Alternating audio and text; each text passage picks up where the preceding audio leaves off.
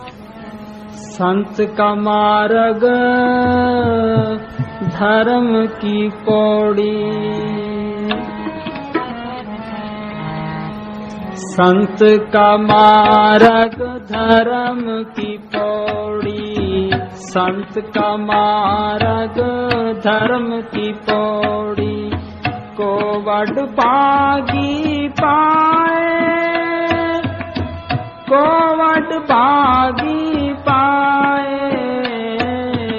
संत का मार्ग धर्म की पौड़ी, संत का मार्ग धर्म की पौड़ी, को वड भागी,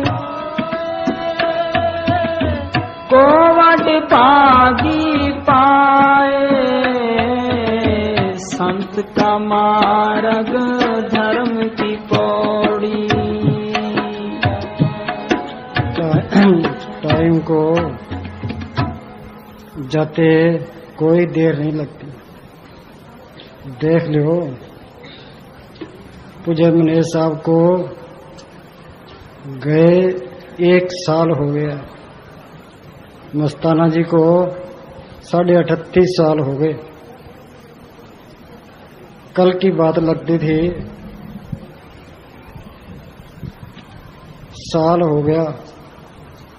दरअसल में संत मालिक के हुक्म से काम करते हैं और अपनी ड्यूटी दी, वो शब्द दे धार के आता है और शब्द के अंदर लीन हो जाता है। गुरु ग्रंथ साहब ने लिखा है, नानक आद अंगद अमर सतगुरु सौ समायो, तन तन गुरु रामदास जिन पारस परस मिलायो। पहले वो ताकत गुरु नानक साहब के चोले में आई, चोला पुराना हुआ और फेंक दिया। वो गुरु अंगद साहब में बैठ के काम करने लगे। चोला पुराना हुआ, फिर वो गुरु अमरदास में बैठ गई, फिर वो गुरु रामदास में बैठ गई, अब मेरे में बैठ के काम करती है। वाणी में लिखा है, संत मुए क्या रोइए जो अपने कर जाए, रोइए साकत विचारा जो हाटों हाट बिकाए। जिनको संत नहीं मिले, संतों से नाम नहीं मिला, वो जरूर जमदूतों के हवाले होगा। चाहे कितने ही पुण्य दान जब तब कर ले, जपों तपों का फल है, अच्छी जून मिल जाएगी, स्वर्गों तक पहुंच जाएगा, पर जमदूतों से खेड़ा नहीं छूटता। साफ लिखा है, पुण्य दान जो बीज दे सब धर्मराज के जाए, बिन सतगुर जम काल न छोड़े तुझे पाखवाई। वाणी में लिखा है कि जो कोई संत शरण के दागी, तिनते काल दूर बागी। जम के जाल निकट नहीं आवे, मार्ग छाड़ अलग हो जावे। जिनको पूरा संत मिला है, संतों से नाम मिला है, चाहे थोड़ी भक्ति करता है, पर उसके नजदीक जमदूत नहीं आएंगे। पूज्य मनेश साहब जी के अंदर संस्कार जन्म सिद्ध पिछले जन्मों की भक्ति होती है। उनको 13 साल की उम्र में महाराज सावन सिंह जी से नाम मिला। महाराज जी नाम देने लगे तो नाम वाले में बैठ गए। महाराज जी कहने लगे कि इसकी उम्र छोटी है, इसको बाहर निकाल दो। तो पूज्य मनेश साहब को बाहर निकाल दिया तो वो पौड़ियों में आकर के रोने लगे। किसी ने कहा, जी ये तो रोता है, कहेंगे वापस बुला लो। उनके संस्कार पहले ही थे, पुरानी भक्ति होती है। उनके पिताजी ने और माता ने भी नाम महाराज सावन सिंह से लिया था। उनकी माताजी बहुत अभ्यास करते थे। उनकी ताई जी एक बार कहने लगी कि ये रात को 2 बजे उठ के तो बैठ के भजन सिमरन करती रहती है। जब पूज्य मनीष साहब की 2 साल की उम्र थी, इनकी माताजी ने चोला छोड़ दिया। फिर इनका पालन पोषण इनकी मामी जी ने किया। इनके नानके लुधियाना जिला में रायपुर के पास मेमा सिंह वाला गांव है, जहां महाराज साउंड सिंह जी थे। उनके पास है लोगड़ गांव। लोगड़ और मेमा सिंह वाला नजदीक नजदीक ही है। वह इनके नानके थे। इनके नाना जी मुंशी नारायण सिंह और महाराज साउंड सिंह जी की पक्की दोस्ती थी।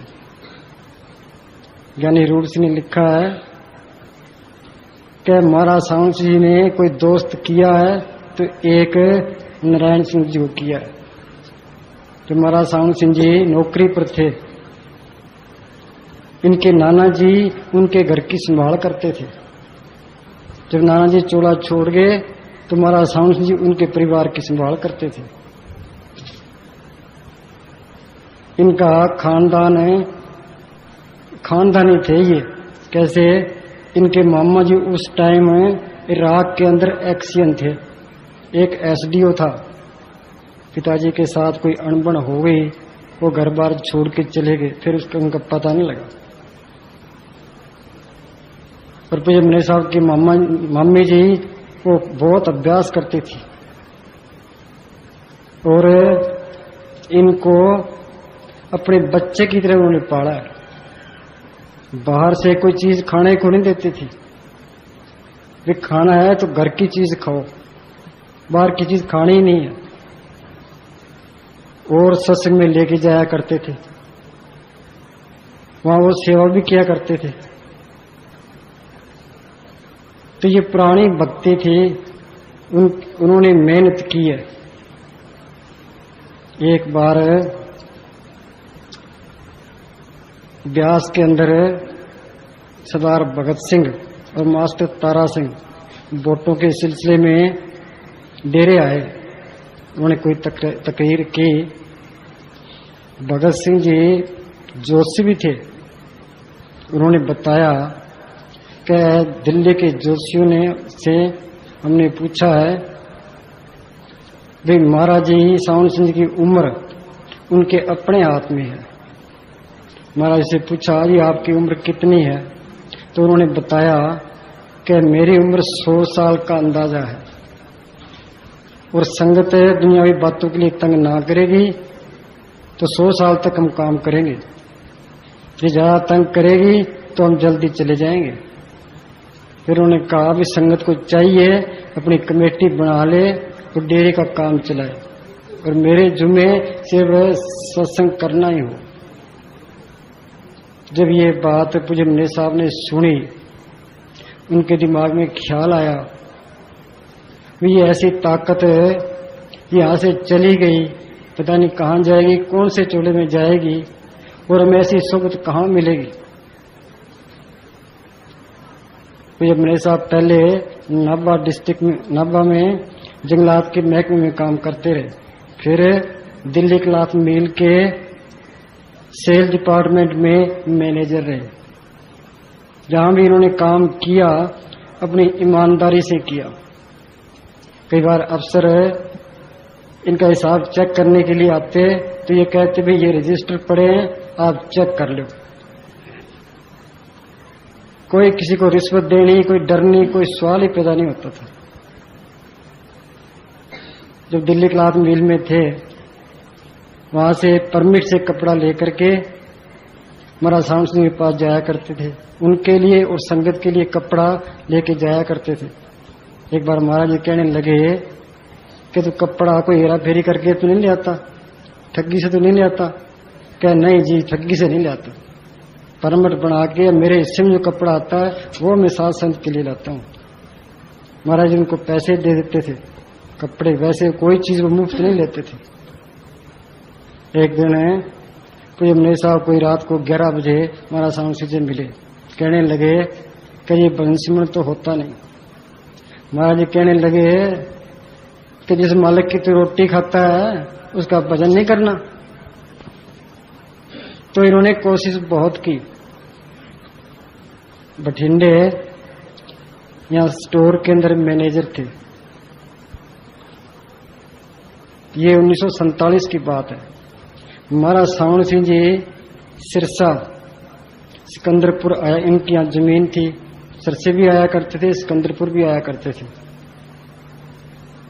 पूज्य मनी साहब ने सोचा कि मेरी ट्रांसफर ये सरसे हो जाए तो महाराज जी की सोच मिल जाए, सत्संग सुनने को मिल जाए। तो इन्होंने अपने अधिकारियों को लिख के भेज दिया कि मेरी ट्रांसफर उन दिनों सरसे एक स्टोर खोलना था, भाई मेरी ट्रांसफर सरसे हो जानी चाहिए। वो अधिकारी सोचते थे भाई ये मेहनती है, ईमानदार है, ये छोटी जगह ठीक नहीं है। पर इनकी भावना को देखते हुए, इनकी वो कदर करते थे, उन्होंने इनकी ट्रांसफर सरसे कर दी। ये 1947 के आखिर की बात है। फिर उस टाइम ये बदकिस्मती समझो या मालिक की मौज समझो, हिंदुस्तान और पाकिस्तान में यह दंगे शुरू हो गए। हिंदुस्तान पाकिस्तान बना, उधर पाकिस्तान के अंदर हिंदुओं का कत्ल होने लगा, इधर हिंदुस्तान के अंदर मुसलमानों का कत्ल होने लगा। महाराज शान सिंह जी के पास पुकार आती रही कि महाराज जी बचाओ, महाराज जी बचाओ। ऐसे मौके पर ये संत हमेशा कुर्बानी देते आए हैं। कई सवाल पूछते हैं, भाई पूज्य मनी साहब इतने बीमार क्यों रहे? जो सतलोक पहुंच जाता है, पार ब्रह्म में पहुंच जाता है, वो कर्म रहित हो जाता है। ये हमारे कर्मों का उन पर बोझ था, तो चुपचाप वो सहन करते आए। तो इसी तरह जो हिंदुस्तान पाकिस्तान हुआ, जीवों की पुकार आने लगी। महाराज साउंड जी ने लिखा है कि रूहों को तो हम बचा लेंगे, पर यह शरीर जान देनी पड़ेगी। अपनी जान की कुर्बानी करके उन्होंने जीवों को निकाला है। तो पूज्य मनी साहब यहाँ सरसे स्टोर में काम करने लगे। फिर हालात ऐसे हो गए, महाराज जी चोला छोड़ गए। तो उस टाइम मस्ताना जी राधा स्वामी सत्संग घर सिरसा में एक कुटिया में रहते थे। वहां आकर के इन्होंने एक पहले कमरा लिया, कमरे में ठहरे। फिर बाहर एक कोई मकान ले लिया। मकान तो खुला था, पर रात को मस्ताना जी के पास आ जाया करते थे। मस्ताना जी 12 बजे रात को बाहर आते, चाय पी के फिर मजलिस करते। वो सारी रात सबको जगा के रखते। 3 बजे एक एक रोटी सबको दे देते। इस तरह एक दिन पूज्य मनी साहब ने कहा, भी मैंने इतना चिर हो गया, मेहनत कर दिया, पर मैंने भी अंदर कुछ नहीं देखा। ये मालिक सतगुरु कुछ भी नहीं, ये पखंड है, धोखेबाजी है। मस्ताना जी को गुस्सा आया कि तुम हमारे सामने ये क्या कहते हो, यहां से बाहर निकल जाओ। पर फकीर का गुस्सा दूध के उबाल की तरह होता है। एक प्रेमी ने सिफारिश की तो मस्ताना जी ठंडे पड़ गए। तो मस्ताना जी कहने लगे कि तेरे को मालिक से मिलना है, मालिक अंदर देखना है, तो 15 दिन की छुट्टी लेके हमारे पास आओ। अब पूज्य मनी साहब ये सोचने लगे भी 15 दिन की छुट्टी लें और मस्ताना जी की सोबत करें। बच्चों के लिए 15 दिन का राशन दे करके मस्ताना जी के पास आ गए। मस्ताना जी कहने लगे कि हम राधा स्वामी को नहीं मानते, हम एक सावन सिंह को और उनके बताए हुए वचनों को मानते और किसी को नहीं मानते। मेरे अंदर भी एक ख्याल था, राधा स्वामी सत्संग नाम से मैं नफरत करता था, पर मैं किसी को कहता नहीं था। तो उन्होंने वहां मुझे एक गुसल खाने के नीचे थोड़ी सी जगह थी, वहां बिठा दिया। पहले रोटी बंद कर दी और कहने लगे यहां सिमण कर। अब भूख ने पहले बहुत तंग किया। जब मैं तंग आ जाता तो महाराज मस्ताना जी बाहर निकल के मुझे धीरज में लाते। फिर अंदर ही अंदर और किस्म की कई बलाएं तंग करने लगी। मैं रो रो करके उठ उठ कर भागता तो मस्ताना जी बाहर आ जाते और मुझे धीरज देते। 12वें दिन मुझे यहां बाहर सच्चा सौदा बन रहा था, वहां ले गए।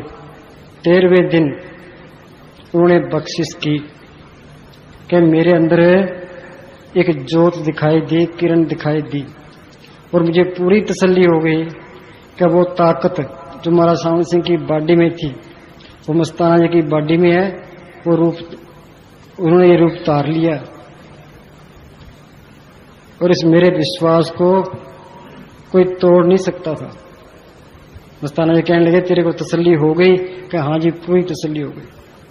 क्या उन्होंने ये लफ्ज ऐसे लहजे से कहे कि यह मेरी ताकत नहीं थी, ये मस्ताना जी की निरोल बख्शिश थी जिसने ये काम कराया। तो महाराज जगत सिंह जी ये 30 जनवरी 1949 की बात है। सावन सिंह जी महाराज के बाद महाराज जगत सिंह वहां गद्दी पर बैठे। वो सरसा सत्संग घर में सत्संग करने के लिए आए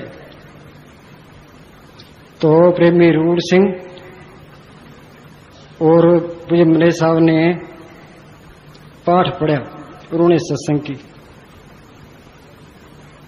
जब पाठ पढ़ने लगे मस्ताना जी महाराज सावन सिंह जी का जिक्र इतना करते थे, प्रेमियों को इतना उन्होंने प्रेम, उनके अंदर प्रेम पा दिया था। जो पाठ पढ़ने लगे तो मुझे रोना आ गया। महाराज जगत सिंह पास बैठे थे, उन्होंने थापी दी, क्या हजम कर धीरज रख। तो उन्होंने वहां सत्संग किया। सत्संग करने के बाद कई प्रेमी कहने लगे कि जी नाम दो। महाराज जगत सिंह ने कहा भी नाम हम रात को सिकंदरपुर देंगे। तो वो सिकंदरपुर चले गए। वहां 3 आदमी थे जिन्होंने नाम लेना था। एक जिसका नाम था ओम प्रकाश, जो स्टोर में काम करता था मनीष साहब के साथ। एक गोविंद माली का भाई था डूंगर राम। एक मालियों की बाड़ी में मग्गा राम था। मस्ताना ने कहा इनको ले जा और इनको नाम दिला लिया। तो मनीष साहब जी उनको लेके सिकंदरपुर गए, नाम दिला के ले आए। मस्ताना जी ने महाराज जगत सिंह से प्रार्थना की कि जी कल वहां सच्चे सौदे में वहां आप सत्संग करो। महाराज जी ने सत्संग मंजूर फरमा ली। तो दूसरे दिन महाराज जगत सिंह जी वहां सच्चे सौदे आए। तो मस्ताना जी ने सड़क से लेकर के गुफा तक कपड़ों के थान बिछा दिए और बहुत अच्छा इंतजाम किया। डेरे को बड़ा सोना सजाया। वहां डेरे में एक कुआं खोद रहे थे, संगत लग रही थी। जगदीश विनायक नंबरदार था वहां पास में बेगू गांव का, वो भी सेवा कर रहा था। मस्ताना जी ने उसको कहा भाई सब सेवादारों को यहां से हटा दो और कोई भी सत्संग सुने। महाराज जगत सिंह थड़े पर बैठ के सत्संग किया। तो सत्संग शुरू हुआ, वो कुआं धड़ाम से गिर पड़ा और जबरदस्त धमाका हुआ। भाई इसमें सोचा भी ये क्या हो गया। मस्ताना जी कहने लगे भाई कुछ नहीं हुआ, बैठे रहो। देख लो सतगुरु ने लाज रखी, सबको कुएं से निकाल दिया, फिर कुआं गिर पड़ा। वहां सत्संग के बाद मस्ताना जी ने अपना कमरा दिखाया, गुफा दिखाई। फिर दूसरे साधुओं की जो गुफा थी वो दिखाई। जब मनीष साहब की गुफा के पास आए, मस्ताना जी कहने लगे कि ये मनीष साहब की गुफा है, उसके अंदर कपड़ा लगा था। महाराज जगत सिंह हंसकर कहने लगे मुनि साहब की तरफ देख के कि भाई ये डीसी दिल्ली ग्लास मिल का मैनेजर है, इसके कपड़े की क्या कमी है। फिर मस्ताना जी ने कहा भी संत कृपा से में चिट्ठी लिखी है कि आप भी नाम दे सकते हो। मस्ताना महाराज जगत सिंह ने कहा कि उन्होंने ठीक लिखा है, आप नाम दे सकते हो।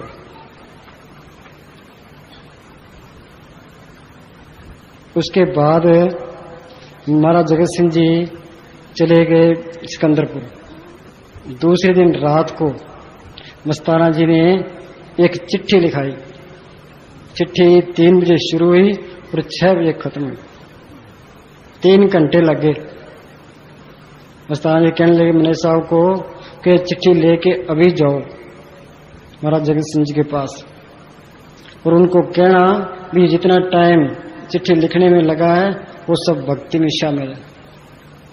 पूज्य मैनेजर साहब चिट्ठी लेकर सिकंदरपुर पहुंच गए। 7 बज गए थे।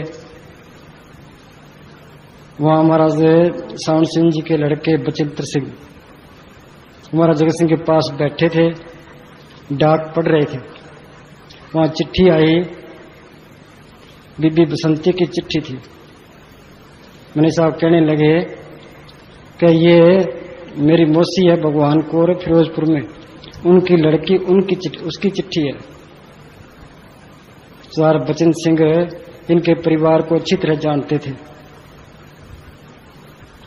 फिर वो चिट्ठी जो मैनेजर साहब के पास थी महाराज जगत सिंह को दे दी। महाराज जगत सिंह ने चिट्ठी पढ़ी, पढ़कर बड़े खुश हुए। मैनेजर साहब कहने लगे कि मस्ताना जी ने कहा है कि जितना टाइम चिट्ठी लिखने में लगा है वो भक्ति में शामिल है।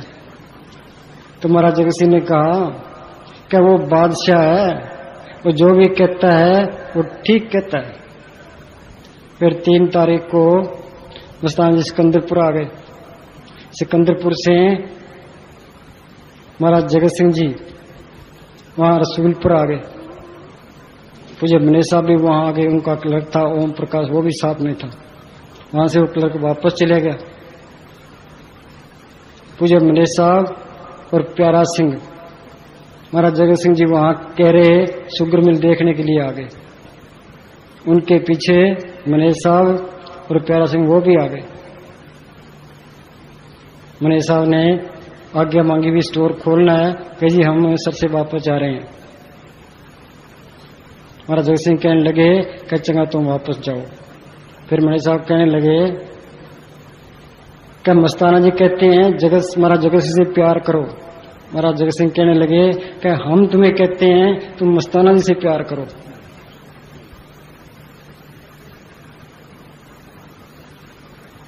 तो इस तरह मस्ताना जी के साथ पूज्य मैनेजर साहब रहे। 12 साल कड़ी से कड़ी उन्होंने सेवा की। 1950 की बात है, ये आपको बता देते हैं भी ये रुए पहले ही तैयार होती है। 1950 में पूज्य मैनेजर साहब मस्ताना जी बंद गुफा में बैठ के अभ्यास करते थे। एक दिन ऊपर चौबारे पर बैठे थे, सारी संगत जंगल में वो करीर के कांटे या लकड़ियां चुगने के लिए गई थी। पूज्य मैनेजर साहब आप सबकी रोटी बनाते थे, मस्ताना जी की रोटी बनाते थे। मस्ताना जी चौबारे में बैठे थे, कहने लगे कि मैनेजर है कि इधर आ। मैनेजर साहब ऊपर चले गए। मस्ताना जी कहने लगे कि मौज आई है। मैनेजर साहब कहले क्या मतलब? क्या इसी तरह सावन सिंह महाराज ने हमें कहा था भाई मौज आई है, क्या हम तो ये डेरा तेरे हवाले कर देंगे, बाकी तू जाने और तेरा डेरा जाने, तू जिसको नाम देगा उसकी हम संभाल करेंगे। ये 1950 की बात है। फिर 1951 में मस्ताना जी ने एक कागज के ऊपर लिख दिया भाई हमने तो डेरा मैनेजर साहब को सौंप दिया है। और जो उस टाइम सत्संगी साथ में थे, खुशी राम, ईश्वरदास, रौनक राम, नेकी राम, विद्या, न्यामत, इन सब के दस्तखत करवा लिए और चिट्ठी महाराज जगत सिंह को लिख दी। भाई हमने तो डेरा मने साहब को सौंप दिया है। मने साहब ने हमसे डेरा ले लिया है। महाराज जगत सिंह ने चिट्ठी पढ़ी, फिर जवाब लिखा उन्होंने कि मस्ताना साहब भजन मंडली आपकी है, डेरा आपका है, तो मने साहब ने आपसे डेरा कैसे ले लिया। फिर 1951 में उन्होंने सिकंदरपुर पर सत्संग रखा। मस्ताना जी भी वहां सत्संग में चले गए। एक टिब्बे पर भजन मंडली को लेके पास से बैठ गए। जो पुराने सत्संगी थे और व्यास डेरे में रहते थे, कई साधु वो इकट्ठे होके मस्ताना जी के पास आए। कहने लगे मस्ताना जी कि आपसे मने साहब ने डेरा कैसे ले लिया, हम आपकी मदद करते हैं तो आपको डेरा दिला देंगे।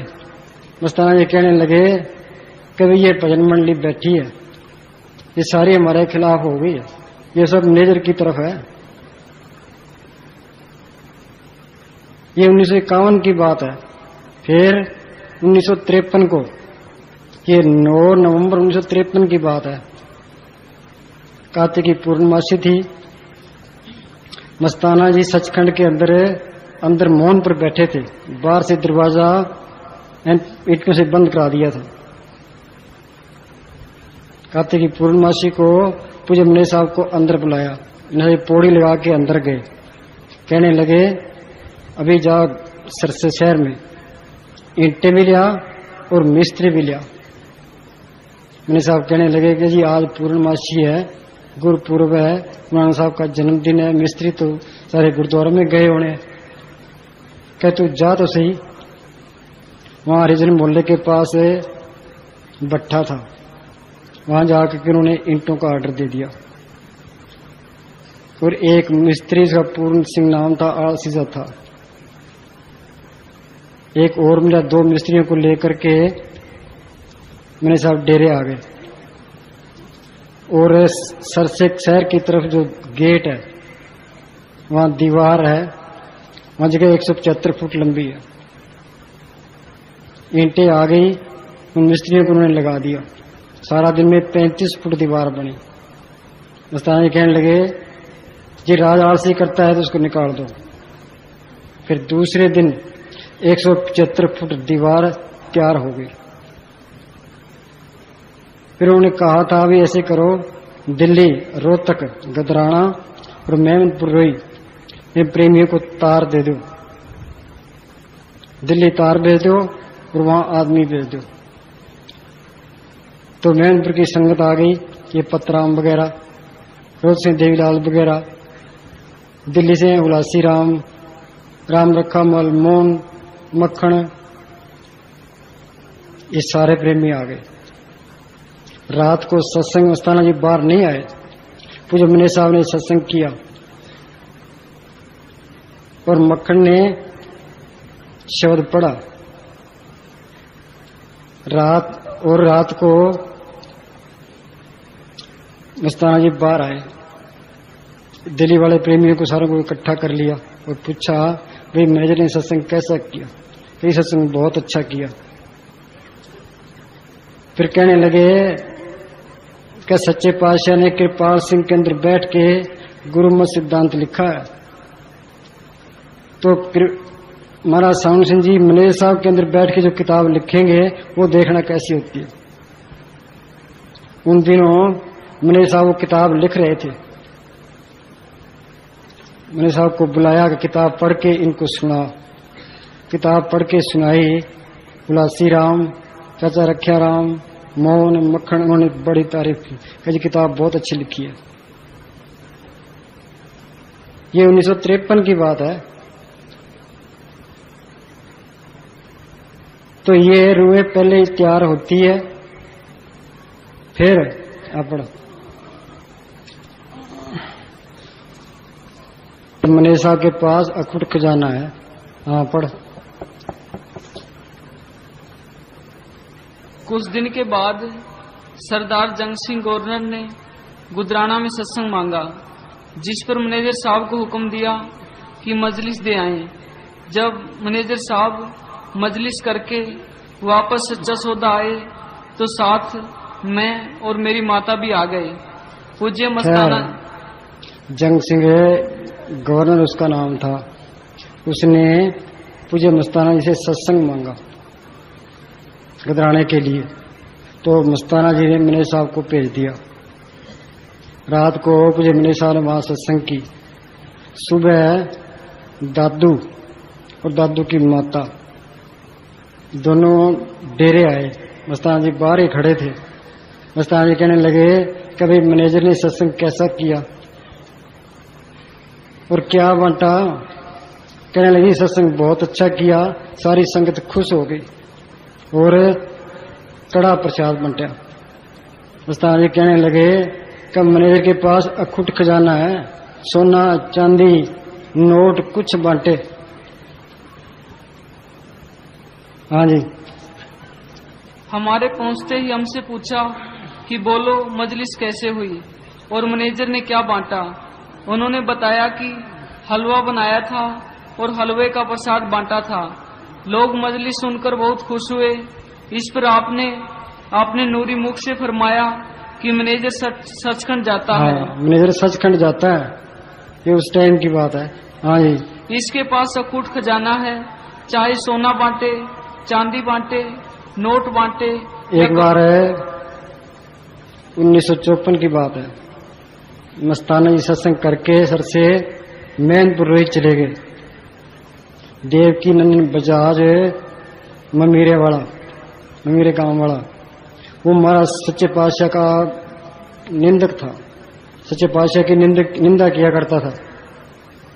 अमरपुर चले गया, मस्ताना जी से मिला। कहने लगा कि ये ससा शहर में चोरियां होती है, डाके पड़ते हैं, अपना डेरा उजाड़ में है और मैनेजर वहां कल्ला रहता है। जो उसको कोई मार दे तो क्या बनेगा। मस्ताना जी कहने लगे क्या मैनेजर की तरफ कोई आंख उठा के नहीं देख सकता, जो देखेगा तो बुर्जियां भी आदमी बन जाएगी। तो मैनेजर साहब की तरफ सारी उम्र किसी ने कोई आंख उठा के नहीं देखी।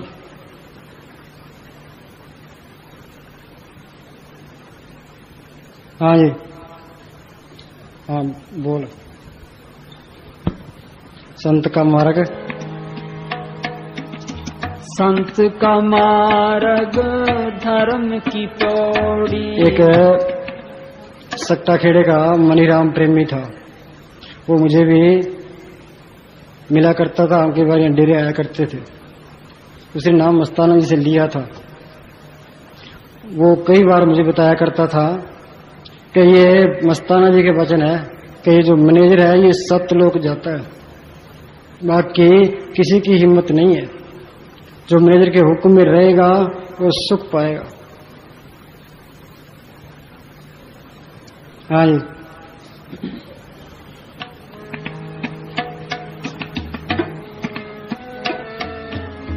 संत का मार्ग धर्म की पौड़ी, संत का मार्ग धर्म की पौड़ी। कोवट पागी पाए, कोवट पागी पाए। संत का मार्ग धर्म की पौड़ी।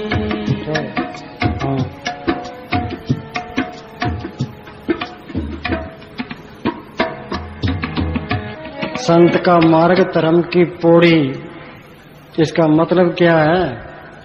संत कहते किसको हैं, जिसने शांति ली है, बंधन तोड़े हैं। कबीर ने कहा मरे तो मर जाइए, फूट पड़े संसार, ऐसा मरना को मरे दिन में 100 बार।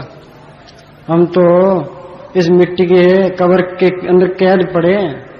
संत आजाद होते हैं, वो रोज रोज मालिक की दरगाह में जाते हैं। हम प्रार्थी मार के बैठते हैं, पैर सो जाते हैं, कई हाथ सो जाता है। जो उस पैर से हम खड़े हों तो खड़े नहीं हो सकते। क्यों? वो चेतन सत्या वहां से निकल गई थी। तो रोज रोज बैठने का अभ्यास हो और ये सिमरण करे। ये अभ्यास कर करके इस चेतन सत्य को यहां माथे के ऊपर ले आए। जब माथे पर ले आएगा तो इसके अंदर ज्योत प्रकट हो जाएगी, वो नाम प्रकट होगा। फिर अंदर सतगुरु के दर्शन होंगे। जब तक ये चेतन सत्य या माथे के ऊपर नहीं आती, ये इन बंधनों से आजाद नहीं होता। ये मिट्टी का प्यार है, ये सबको लिए बैठा है। ये मालिक के दर्शन नहीं करने देता। देह प्यारे जीव को निज दिन सेवा माए, दादू जन्म मरण लोग कबू छड़े ना। ये प्यार नहीं छोड़ता। संत रूहानी मंडलों में रोज रोज जाते हैं। कबीर ने लिखा है, आंख कान मुख बंद कराओ। आंख क्या, हम बाहर अच्छी औरतों को देखते हैं, काम सताता है। दुश्मन को देखते हैं, क्रोध सताता है। लोगों को तरक्की करते देखते हैं तो अंदर ईर्ष्या आती है, अहंकार इसको सताता है। अभी हम बड़े बने हैं, बाहर के संगीत सुन करके ये कान उस तरफ खींचते हैं। क्या आंख कान मुख बंद कराओ, अन्न जिंगा शब्द सुनाओ। आंख बंद कर ले, कान बंद कर ले, मुंह बंद कर ले, अन्न जिंगा शब्द सुनाओ। दोनों तिलक तार मिलाओ, तब देखो गुलजारा है।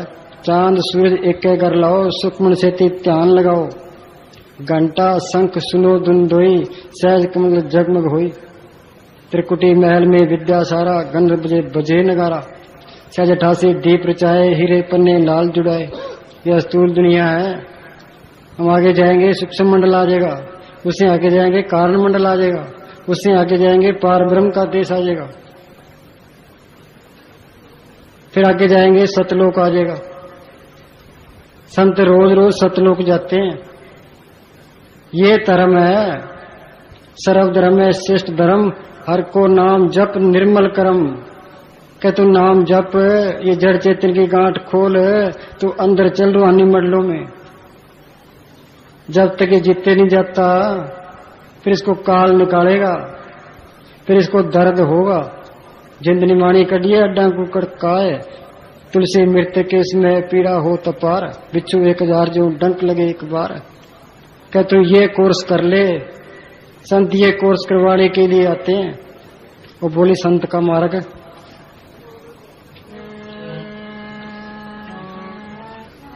संत का मार्ग धर्म की पौड़ी, को वड पागी पाए। हाँ, संत का मार्ग धर्म की पौड़ी, ये धर्म की पौड़ी है। कोई कहता है मैं सनातनी हूँ, कोई कहता है मैं आर्य हूँ, कोई कहता है मैं सिख हूँ, कोई कहता है मैं मुसलमान हूँ, कोई कहता है मैं राजपूत हूँ, कोई कहता है मैं ईसाई हूँ, कोई कहता है मैं खालसा हूँ। सनातनी बनता कब है? अब मन उल्ट सनातन हुआ जब जाने जीवित हुआ। ये जिंदा मरे जड़ चेतनी गांठ खोले, उस सब ताकत को अंदर प्रकट करे, तो ये सनातनी है। आर्य का मतलब पाक, मन इंद्रियों से पाक हो, तो ये आर्य है। खालसा पूर्ण जोत जगे कट में, खालसा तय निखालस जानी। एक फकीर लिखा, माई मेरे मंदिर में जोत जगे, इस ज्योति का सकल उजारा देख कर तिमिर बगे। राम नाम है जोत सवाई, और राम नाम की जोत सबके अंदर है। फकीरों ने देख के लिखा है। हम तो आंख में अंदर अंधेरा ही अंधेरा है। वो जोत कब प्रकट करोगे? जब तक वो जोत प्रकट नहीं होती, ये खालसा नहीं बनता। ईसाई किसको कहते हैं? ईसाई ने कहा, know your self and be perfect. अपने आप को पहचानो और पूर्ण बनो। राजपूत काया कोट छुड़ावे, सोई है राजपूत। इस काया को फतेह करे, आगे जाए, वो राजपूत है। निरंकारी किसको कहते हैं? गुरमुख राग स्वादन त्यागे, गुरु एवं भक्ति जागे। आनंद सुन सद विचारे, आत्म चीन बहे निरंकारी। जो उस नाम को पढ़ कर ले तो ये सनातनी भी है, खालसा भी है, आर्य भी है, राजपूत भी है, ईसाई भी है, सारा कुछ ही है। जो उसको प्रकट नहीं करता तो ये धोखे में है।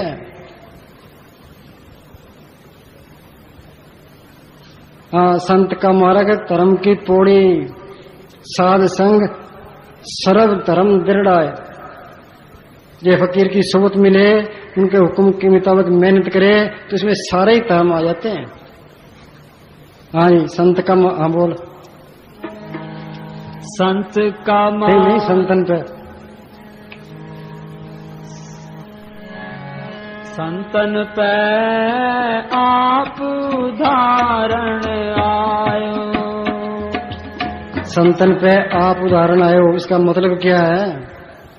इंसान को जानवर नहीं समझा सकते, देवी देवता नहीं समझा सकते, इंसान ही समझा सकता है। तो वो मालक संतों के रूप में इस दुनिया में आता है। साध रूप अपना तन तारा, हमरा भरता बढ़ावे की आपे संत कहावे। वो संत ये नहीं कहते हमारी पूजा करो, हमें कुछ चंदा फंड इकट्ठा करके दो, वो ये नहीं कहते। वो कहते हैं तुम नाम जप, इधर चेतनी गांठ खोल, चल रूहानी मंडलों में चल। अब कहते हैं संत सेवा क्यों लेते हैं?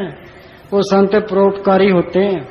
जन्म मरण दो मिलाई परोपकारी आए, जिया दान दे भक्ति लाइन हर सुनैन मिलाए।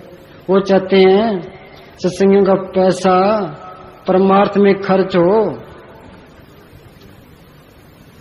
इसका कोई फायदा हो, उनको कोई गर्ज नहीं होती। कहते हैं संत मिलन को चालिए, तज माया अभिमान, जो जो कदम आगे धरे जो जो यज्ञ समान। संतों के सामने चलने का एक एक कदम का एक एक यज्ञ का फल है। तो कितनी संगत यहाँ आती है, जो संगत की कोई सेवा करे तो उसका कितना फल होता है। तो संतो परोपकारी होते हैं। वो ये कहते हैं तू नाम जप, ये जड़ चेतनी गांठ खोल, अपने देश चल। वो मान बढ़ाई के भूखे नहीं होते। गुरु गोविंद सिंह ने लिखा है, दो ते एक रूप भयो, चितना भयो मरो आवन को, जो त्यो हमको समझायो, यूं कह के लोग पठायो। मालिक की दरगाह में गया, वहां की शांति देखी, आनंद देखा, तो मेरे दुनिया में आने को दिल नहीं करता था। पर मालिक ने जो तो करे मुझे भेजा कि तू अपने घर पहुंच गया, दूसरों को भी समझा, शायद कोई मान जे। समस्त ब्रेद ने लिखा है कि मेरा इस दुनिया में रहने को दिल नहीं करता, पर वो मालिक है, वो मेरा प्यारा है, उसका हुक्म है, उसके हुक्म को मैं टाल नहीं सकता। तो संत कोई मान बढ़ाई के भूखे नहीं होते। जो मान बढ़ाई का भूखा है वो संत नहीं है।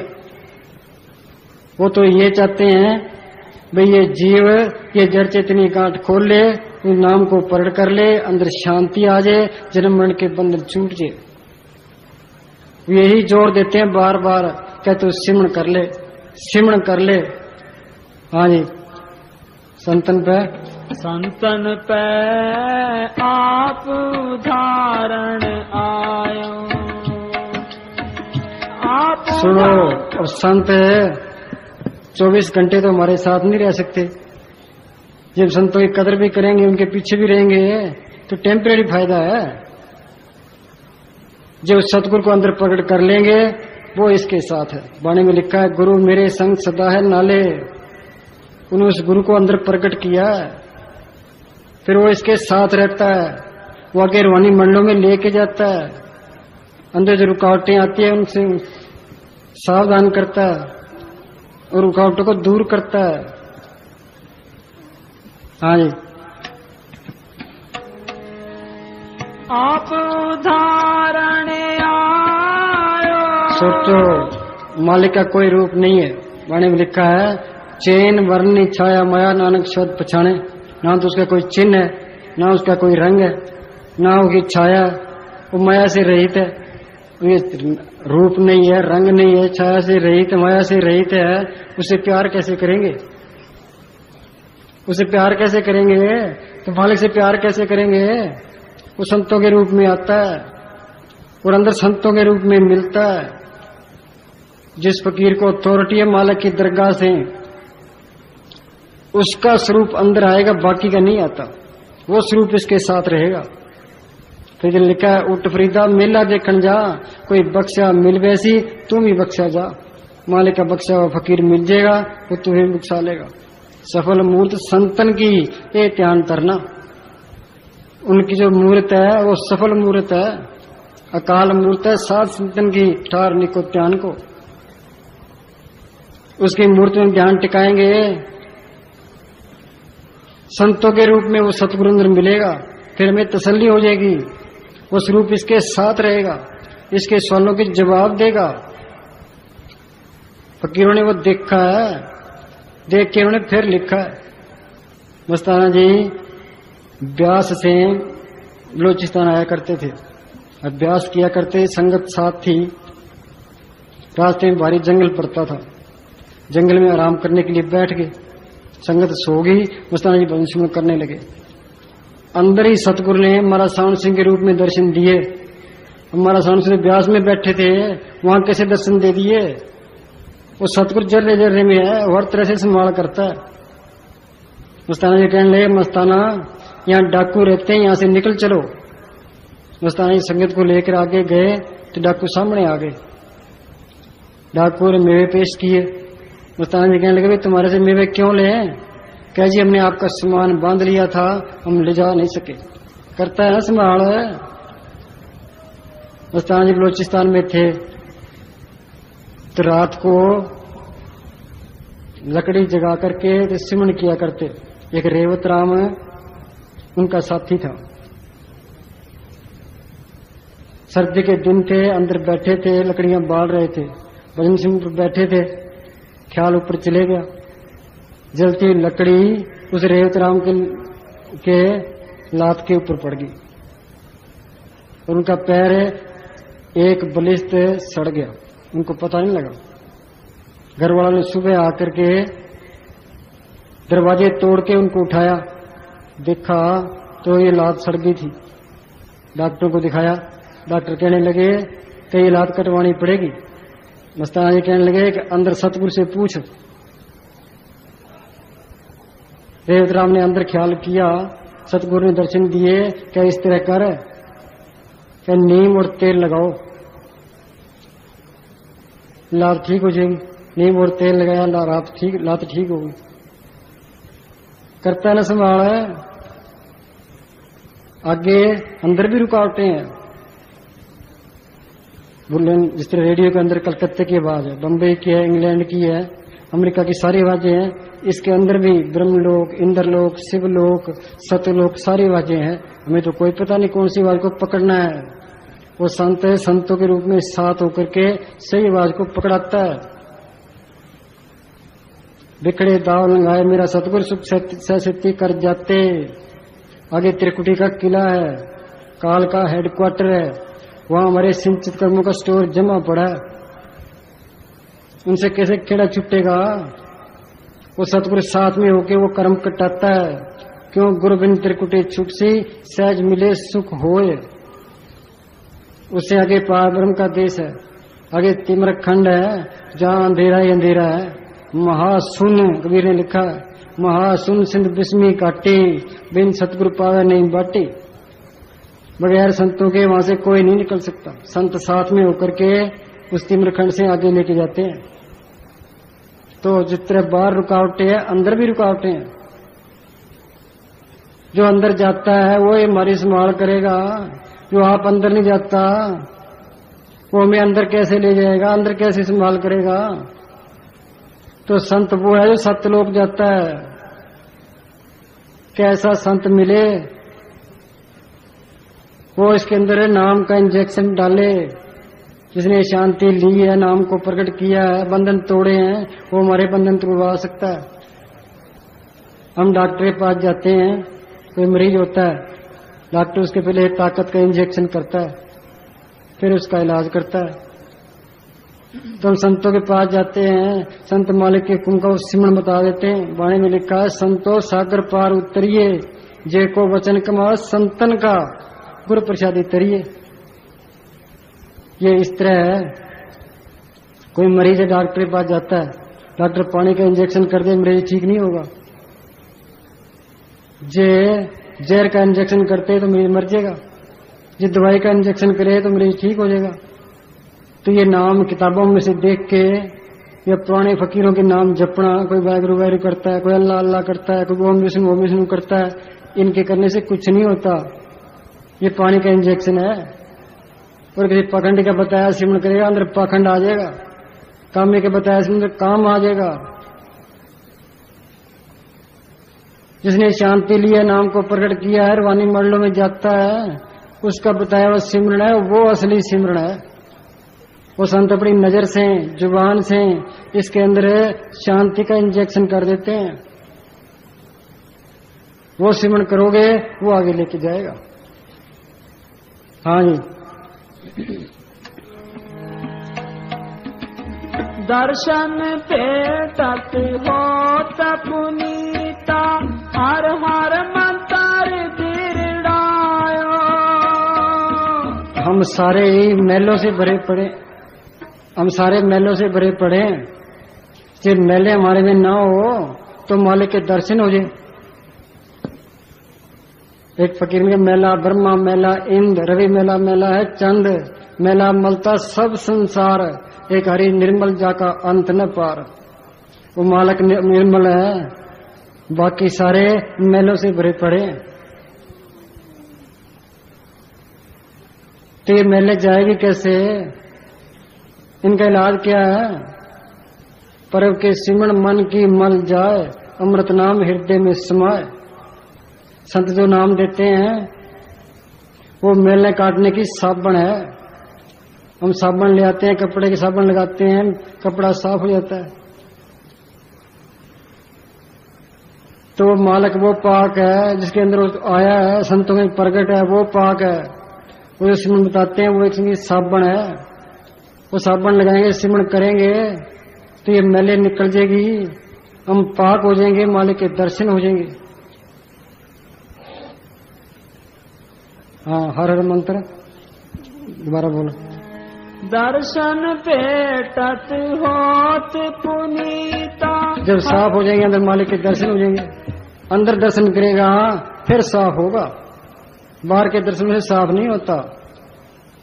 दर्शन भेटत होत पुनीता, हर मंत्र दृढ़ायो।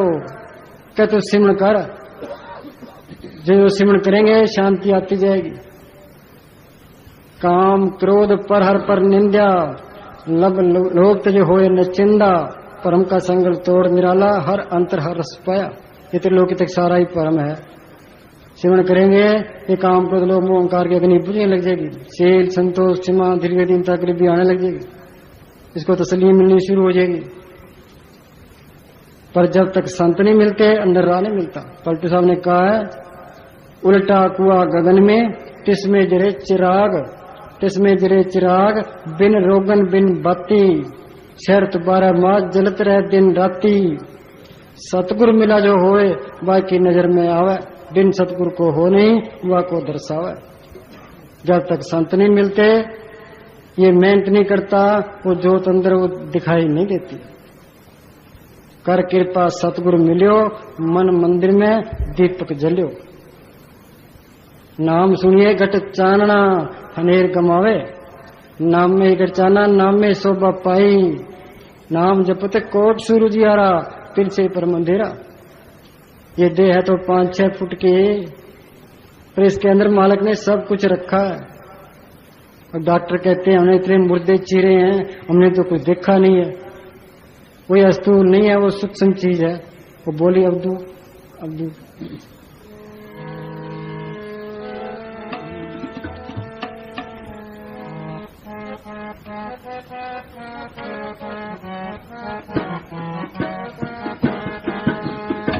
अंधाधुंध अंधियारा अब्दू, अंधाधुंध अंधियारा। हाँ, आंख में के अंदर अंधेरा ही अंधेरा है। तो सोचा है भी संत कहते अंदर जोत है, हम तो जोत देखी अंधेरा ही अंधेरा है। अब्दू कहते हैं मूर्ख को, जिनके अंदर अंधेरा है वो मूर्ख है, हम तो सारे मूर्ख हैं। अब्दू अंधाधुंध अंधियारा। हाँ, कोई जानेगा जानन हारा, अब्दू अंधाधुंध अंधियारा।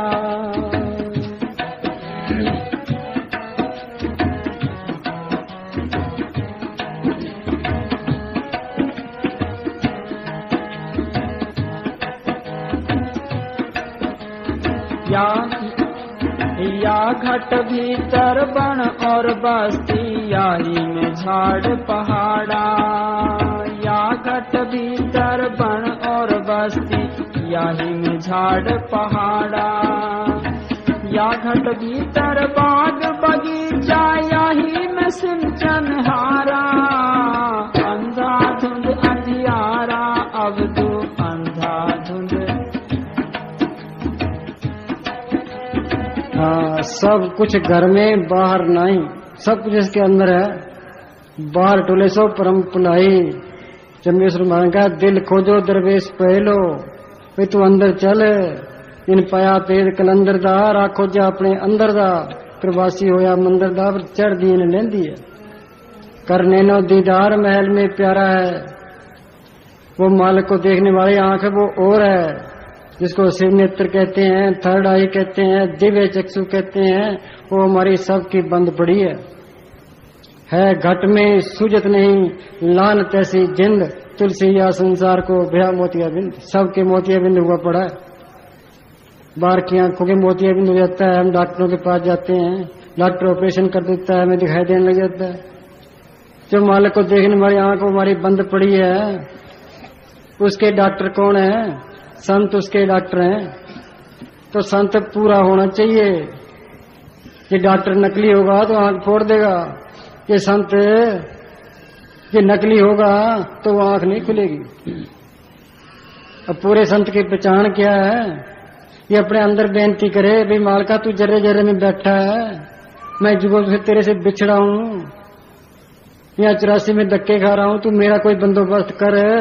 कोई पूरा फकीर मिला जो मीरा को तड़प थी, हेरी मैं तो प्रेम दीवानी, मेरा दर्द न जाने कोई। क्या दर्द था उसको?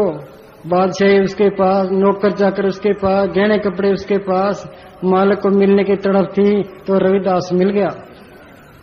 रविदास ने सिमरन बताया, उसने सिमरन किया। क्या कहती है? पायो रे नाम रतन धन पायो, जिसको पाए दुख सुख भूले मन आनंद समायो। जिसके चोरी कुन ऐसो धन मिल पायो, खर्चूं लाख खत्म नहीं होगा, दिन दिन बरत सवायो। सच्चे दिल से पुकार करे कोई संत मिल जाए, उसे नाम रास्ता लेके फिर अंदर जाए, सारा कुछ पता लग जाए। हाँ जी।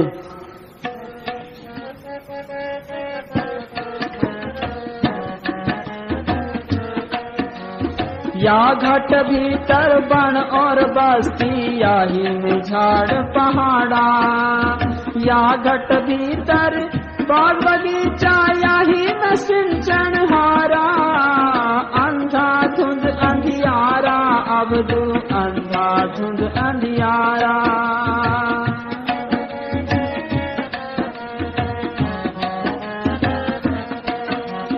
या घट भीतर सोना चांदी, याही में लगी बजारा।